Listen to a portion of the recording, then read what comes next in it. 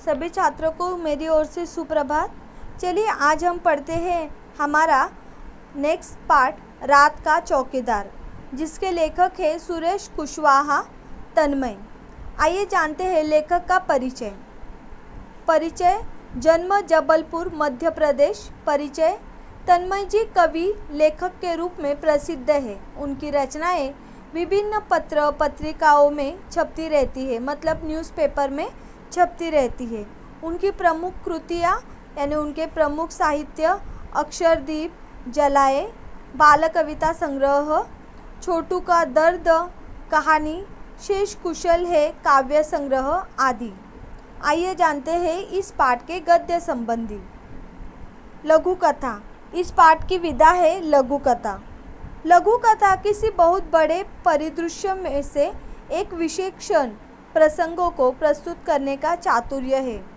प्रस्तुत पाठ में लेखक ने चौकीदार के माध्यम से जहां इस पेशे से जुड़े लोगों की ईमानदारी, कर्तव्य निष्ठा को दिखाया है, वही कुछ लोगों की मुफ्तखोरी को दर्शाते हुए जन जागृति करने का प्रयास किया है। देखिए, चौकीदार नाम सुनते ही हमारे आंखों के सामने और हमारे कानों में वो रात के सीटी की आवाज़ और वो ज़मीन पर डंडी ठोकने की आवाज़ गूंजने लगते हैं। रात को हमें अगर आपको कभी रात को ऐसे ही आप उठते होगे तो आप ध्यान से अगर सुनोगे तो आपको बाहर से ऐसे लकड़ी ठोकने का और सीटी बजाने की आवाज़ आती है। और कोई कोई तो जागते रहो यह भी बोलते रहते हैं, और जागते रहो दूसरों को बोलकर खुद जागते रहते हैं। इसका मतलब यह होता है कि आप सो जाइए, हम आपके लिए जाग रहे हैं, आपकी सुरक्षा के लिए जाग रहे हैं। देखिए, चौकीदार यह एक बहुत ही मज़ेदार पाठ है, मतलब यह एक बहुत ही मज़ेदार लघु कथा है। इस लघु कथा के माध्यम से लेखक ने हमें चौकीदार नाम के निरीह प्राणी के बारे में बताया है। वो बता रहे हैं कि वह मजबूरी में अपना घर चलाने के लिए खतरा मोल लेकर लोगों की रक्षा करता है और अपनी रात की नींद हराम करता है। कौन? चौकीदार। पर कुछ लोग इस बात को नहीं समझते और उसका शोषण करते हैं। लेकिन चौकीदार की इस मेहनत का, इस ईमानदारी का कुछ लोग अलग ही मेहनताना देते हैं। प्रस्तुत पाठ में एक ऐसे ही ईमानदार, कर्तव्यनिष्ठ एवं सीधे साधे चौकीदार का चित्रण लेखक ने किया है, जिससे लोगों ने झिड़कियाँ, दुत्कार और धोस तो मिलती ही है, लोग उसका शोषण करने से भी नहीं चूकते। तो इस पाठ में लेखक ने एक ऐसे ही ईमानदार और कर्तव्यनिष्ठ चौकीदार के बारे में बताया है, जो पूरी ईमानदारी से अपना काम करता है बिना किसी अपेक्षा के, और उसके इस काम के बदले लोगों से केवल और केवल झिड़कियाँ और दुत्कार ही मिलती है, यानी गालियाँ ही मिलती है उसको, उसके मेहनत आने के बदले। और तो और लोग उसका शोषण भी करते हैं। तो आइए जानते हैं किस तरह से उस ईमानदार चौकीदार का लोग शोषण करते हैं, इस पाठ में लेखक ने बताया है। तो शुरू करते हैं हम हमारा पाठ रात का चौकीदार। यह एक पूरक पठन पाठ है और इसकी विधा है लघु कथा। दिसंबर जनवरी की हाड़ कांपती ठंड हो, झमाझम बरसती वर्षा या उमस भरी गर्मी की रातें, हर मौसम में रात 12 बजे के बाद चौकीदार नाम का यह निरीह प्राणी सड़क पर लाठी ठोकते, सीटी बजाते, हमें सचेत करते हुए हर कॉलोनी में रात भर चक्कर लगाते रोज़ सुनाई पड़ता है।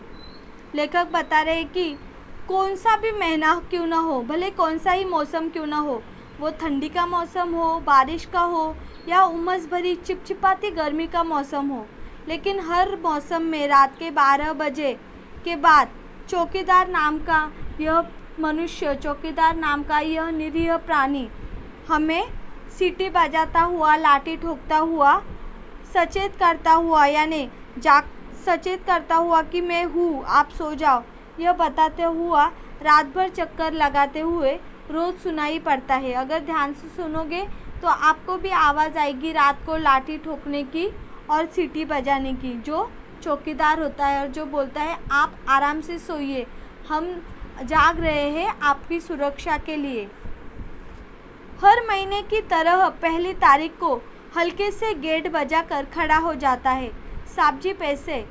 लेखक बता रहे कि हर महीने की तरह, यानी हर महीने की पहली तारीख को वो गेट बजाकर सामने खड़ा हो जाता है उसके महीने के पैसे मांगने के लिए, उसका मेहनताना मांगने के लिए। कितने पैसे, वो उससे पूछता है। देखिए, लेखक का दरवाज़ा उसने ठोका है, लेखक ने पूछा है उससे कि कितने पैसे। तो देखिए आगे वो क्या बोलता है। साहब जी 1 रुपया रोज़ के हिसाब से महीने के 30 रुपये, आपको तो मालूम ही है। अच्छा एक बात बताओ बहादुर, महीने में तुम्हें कितने घरों से पैसे मिल जाते हैं? साहब जी यह पक्का नहीं है, कभी 60 घर से, कभी 50 से, 30 त्योहार पर बाकी घरों से भी कभी कुछ मिल जाता है। इतने में ठीक ठाक गुजारा हो जाता है हमारा। पर कॉलोनी में तो 100-125 से भी अधिक घर हैं, फिर इतने कम क्यों?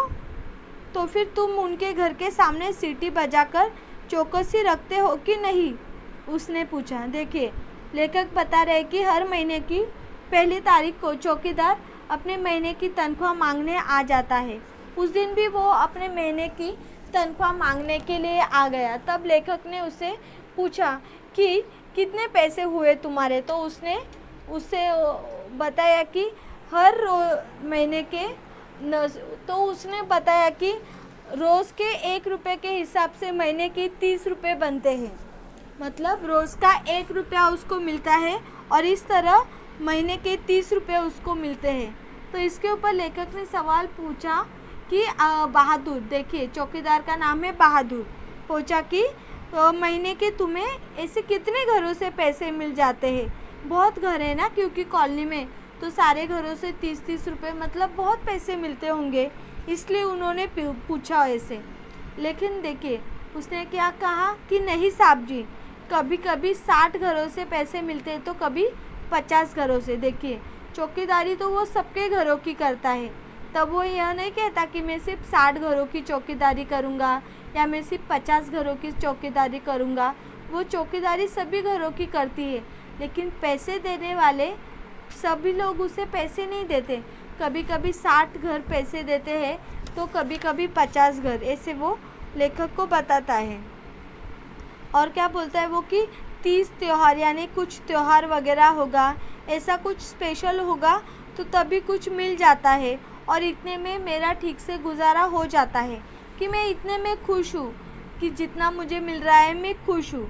तो यहाँ पे लेखक ने पूछा कि कॉलोनी में तो 100-125 घर हैं, तो फिर इतने कम कैसे मिलते हैं पैसे? जाहिर सी बात है ना, सारे घरों की चौकसी करते हैं, सारे घरों की चौकसी करने के बाद इतने कम घरों से पैसे कैसे मिलते हैं? यह सवाल उनके दिमाग में आया और उन्होंने उससे पूछा।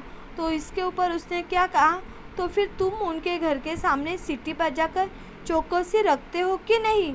उसने पूछा। तो उन्होंने उससे पूछा कि अगर वो लोग तुम्हें पैसे नहीं देते तुम्हारी चौकीदारी के, तुम्हारे मेहनत के, तो फिर तुम उनके घर के सामने चौकीदारी करते हो या नहीं?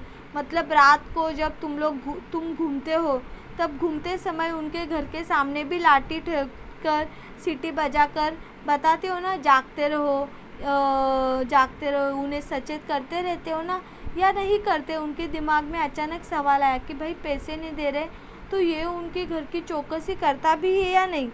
तो देखिए वहाँ पे चौकीदार क्या बोल रहा है। हाँ साहब जी, चौकसी रखना तो मेरी जिम्मेदारी है, मैं केवल पैसे के लिए ही काम नहीं करता।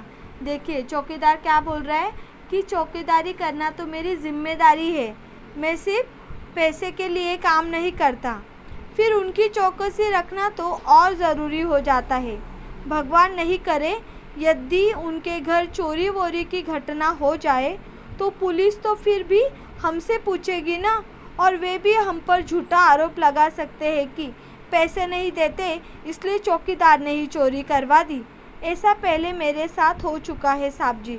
देखिए चौकीदार बताता है कि जो लोग उसे पैसे नहीं देते उनके घरों की चौकीदारी उसको ज़्यादा अच्छे तरीके से करनी पड़ती है, क्योंकि अगर कभी उनके घर में चोरी वोरी की घटना हो गई तो पूरा इल्ज़ाम वो लोग चौकीदार पर लगाएंगे और पुलिस तो मारेगी ही मारेंगी, और जिनके घर में चोरी हो गई है वो भी पूरा इल्ज़ाम चौकीदार पर लगा देगा और बोलेगी कि इसे पैसे नहीं देते हम लोग, इसलिए इसने चोरी की होगी शायद। क्योंकि यह बहादुर इतने कॉन्फिडेंस से इसलिए बता रहा है कि क्योंकि उसके साथ पहले ये ऐसा हो चुका था, इसलिए वह इतने कॉन्फिडेंस से बोल रहा है कि अगर उनके घरों की चौकसी नहीं की तो वही लोग चोरी होने पर पूरा इल्ज़ाम चौकीदार पर लगा देंगे। आगे देखिए, अच्छा ये बताओ, रात में अकेले घूमते तुम्हें डर नहीं लगता? देखिए उससे पूछ रहे हैं कि रात में तुम अकेले घूमते हो तो तुम्हें डर नहीं लगता क्या? तो क्या बोल रहा है वो, डर क्यों नहीं लगता साहब जी, दुनिया में जितने जिंदे जीव है सबको किसी न किसी से डर लगता है। बड़े आदमी को डर लगता है तो फिर हम तो बहुत छोटे आदमी हैं। कई बार नशे पत्ते वाले और गुंडे बदमाशों से मारपीट भी हो जाती है। शरीफ दिखने वाले लोगों से झिड़कियाँ, धुतकार और धौंस मिलना तो रोज़ की बात है। देखिए यहाँ पे बहादुर बोल रहा है कि बहादुर को पूछा उन्होंने कि इतनी रात को तुम घूमते हो तो तुम्हें डर तो नहीं लगता?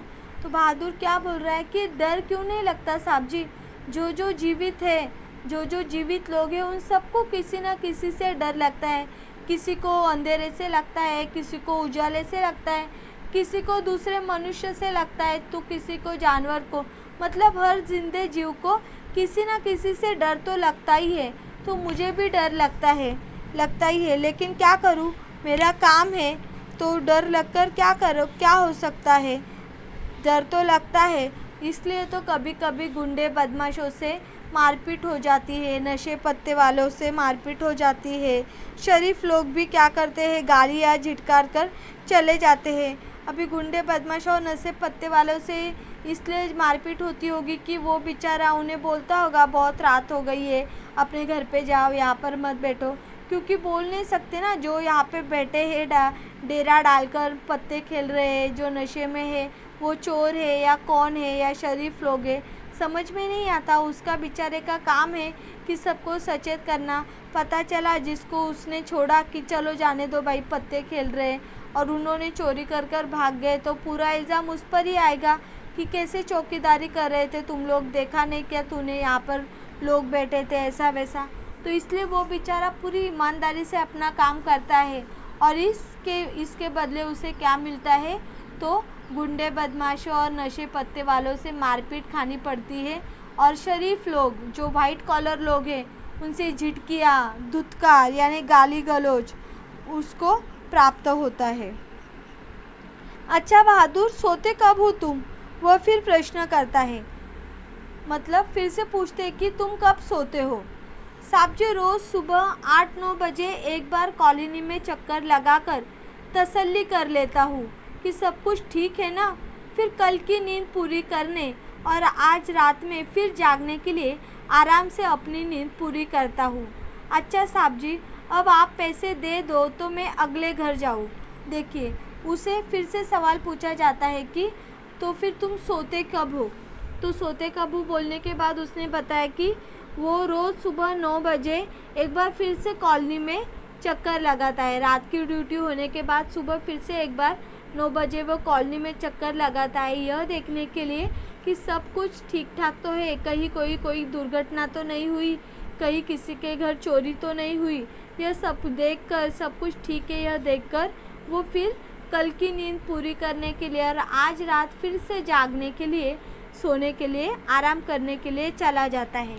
यह सब बताकर उसने फिर अभी साहब जी से पैसे मांगे कि अच्छा साहब जी अभी मुझे आप मेरे पैसे दे दीजिए, मैं अगले घर की तरफ जाता हूँ। तो देखो आगे साहब जी ने क्या कहा, अरे भाई अभी तुमने ही कहा कि जो पैसे नहीं देते उनका ध्यान तुम्हें ज़्यादा रखना पड़ता है, तो अब से मेरे घर की चौकसी भी तुम्हें बिना पैसों के करनी होगी, समझे? देखिए इतना सब कुछ चौकीदार ने बताने के बाद साहब जी ने क्या बोला कि बिना पैसे देने वालों के घर की चौकसी तुम ज़्यादा अच्छे तरीके से करते हो, तो मेरे घर की भी चौकसी तुम अगर मैं पैसे नहीं दूंगा तो ज़्यादा अच्छे तरीके से करोगे, तो इसलिए मैं भी तुम्हें पैसे नहीं दूंगा, तुम मेरे घर की चौकसी बिना पैसे लिए ही करो, मैं तुम्हें इसके पैसे नहीं दूंगा। तो देखिए आगे क्या बोलता है बहादुर, जैसी आपकी इच्छा साहब जी, और चौकीदार अगले घर की ओर बढ़ गया। देखिए इसके ऊपर चौकीदार ने एक शब्द भी नहीं कहा कि साहब जी अभी मैंने आपको इतना सब बताया, आप मुझे भले मानस लगे, लेकिन फिर भी आप भी औरों की तरह ही निकले। आपने भी कहा कि पैसे नहीं मिलेंगे, ऐसे ही बिना पैसे लिए मेरे घर की चौकसी करना।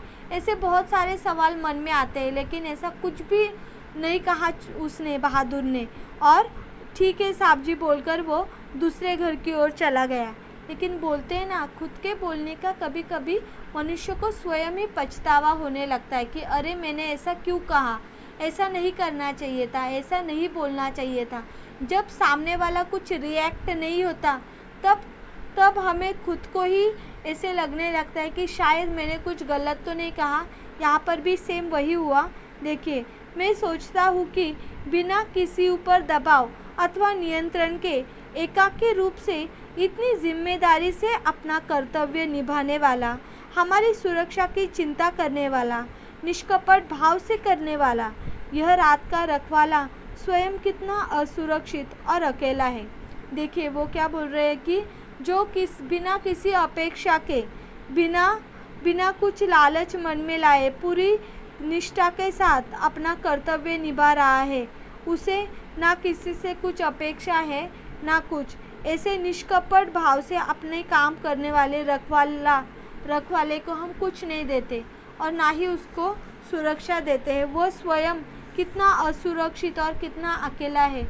हमें सुरक्षित रखकर वह स्वयं असुरक्षित है, क्योंकि हमारी सुरक्षा करते करते उसे दो चार ऐसे लोगों से जो शरीफ दिखने वाले गुंडे बदमाश होते हैं उनसे भी मारपीट खानी पड़ती है, और जो सच में गुंडे बदमाश और नशे पत्ते वाले होते हैं उनसे भी मारपीट खानी पड़ती है। मतलब वो बेचारा कितना अकेला और असुरक्षित है। अपना काम जिम्मेदारी से करता है, लेकिन फिर भी वह अकेला है, वह असुरक्षित है। रात को शायद कभी उसी के साथ कोई दुर्घटना हो जाए तो पता चलेगा? किसी को नहीं पता चलेगा, क्योंकि जो हमारी रक्षा कर रहा है उसकी रक्षा करने के लिए कौन है? कोई भी नहीं। रक्षा तो दूर की बात है, कोई उसके साथ प्यार से तक नहीं बोलता, गाली गलौज के सिवा तो उसके साथ कोई बात भी नहीं करता। तो बताओ, है ना वो असुरक्षित, वह अकेला। देखिए आगे, मैं रात भर ऊहा-पोह मतलब उधेड़-बुन यानी चिंता में मैंने जो किया ठीक है या नहीं, मैंने गलत किया क्या, ऐसे खुद की सोच कर टोल मटोलना। मैं रात भर ऊहा-पोह में रहा, ठीक से नींद भी नहीं आई। सवेरे उठने तक मैं निर्णय ले चुका था। मैंने चौकीदार को बुलाया, उससे कहा मेरे घर की चौकसी करने का तुम्हें पूरा मेहनताना मिलेगा। चौकीदार ने सलाम किया और चला गया। मैंने चैन की सांस ली और उसके प्रति श्रद्धा बढ़ गई। देखिए मैंने बताया था ना, अगर हमें लग रहा हो कि हमने कुछ बोला और उसके गलत बोला, यह हमें पता है, लेकिन फिर भी यह गलत शब्द सुनने के बाद भी सामने वाला अगर कुछ रिएक्ट नहीं होता तो हमें फिर से हम अपने ही सोच को टटोलने लगते कि हमने जो किया वो सही किया या नहीं किया है, क्योंकि मुझे पता है मैंने जो किया वो गलत है, लेकिन जिसके साथ यह अन्याय हुआ वो बिना कुछ बोले चला गया। यह चीज़ मन में चुभती है। इनके साथ भी सेम वही हुआ। चौकीदार को पैसे नहीं देंगे बोला तो चौकीदार कुछ नहीं बोला बेचारा, और आगे दूसरे घर की तरफ बढ़ गया। तो इस कारण उन्हें रात भर नींद नहीं आई। वो रात भर सोचते रहे कि मैंने क्या किया, सही किया, गलत किया। यही सोच में वो रात भर रहे और रात भर उन्हें इस वजह से नींद भी नहीं आई। और लेकिन जब वो सुबह उठे तो अपना निर्णय वो ले चुके थे, और अब उन्होंने यह निर्णय लिया था कि उन्होंने चौकीदार को बुलाया और उससे कहा कि तुम्हारे काम के तुम्हें पूरा मेहनताना मिलेगा और तुम मेरे घर की चौकसी भी अच्छे से करना। यह सुनने के बाद और उसको उसके मेहनत के पैसे देने के बाद फिर उन्होंने शांत गहरी सांस ली, चैन की सांस ली, और उसके प्रति, उस चौकीदार के प्रति जो बिना किसी अपेक्षा के, बिना कुछ लालच के पूरी जिम्मेदारी से, पूरी ईमानदारी से अपना कर्तव्य निभाता है, उस चौकीदार के प्रति उनके मन में श्रद्धा और बढ़ गई। देखिए बहुत ही सुंदर लघु कथा है।